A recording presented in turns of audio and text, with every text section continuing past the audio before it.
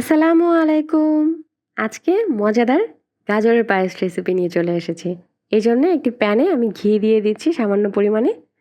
ঘি খুব ভালো মতো গরম হয়ে আসলে আমি এখানে গ্রেট করে রাখা 4টি গাজর দিয়ে দিচ্ছি। এখন ঘিয়ের সাথে গাজর খুব ভালো মতো একটু ভেজে ড্রাই করে নেব। ড্রাই হয়ে গেলে একপাশে রেখে দিচ্ছি। অন্যদিকে একটি প্যানে আমি 5 কাপ পরিমাণে দুধ দিয়ে নিয়েছি। 1/3 কাপ চিনি দিয়ে দিচ্ছি। আপনারা চাইলে কনডেন্স মিল্ক অ্যাড করতে পারেন। 2টো এলাচ মাঝখান থেকে ফাটিয়ে দিয়ে দিচ্ছি। এখন সেই ভেজে রাখা গাজর এখানে দিয়ে দিচ্ছি। 3-4 মিনিট আমি লো হিটে জাল করে একটু ঘন করে নিব। আপনারা চাইলে ঘন করার জন্য এখানে গুঁড়ো দুধ অ্যাড করতে পারেন। 3-4 মিনিট পর আমার গাজরের পায়েস একদম রেডি। আমি নামিয়ে নিচ্ছি।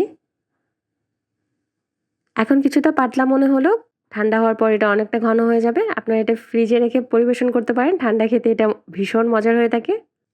অবশ্যই একবার ঘরে ট্রাই করবেন। আমার রেসিপিগুলো ভালো লাগলে লাইক, কমেন্ট, শেয়ার করবেন। আমার চ্যানেলটিকে সাবস্ক্রাইব করবেন। আল্লাহ হাফিজ।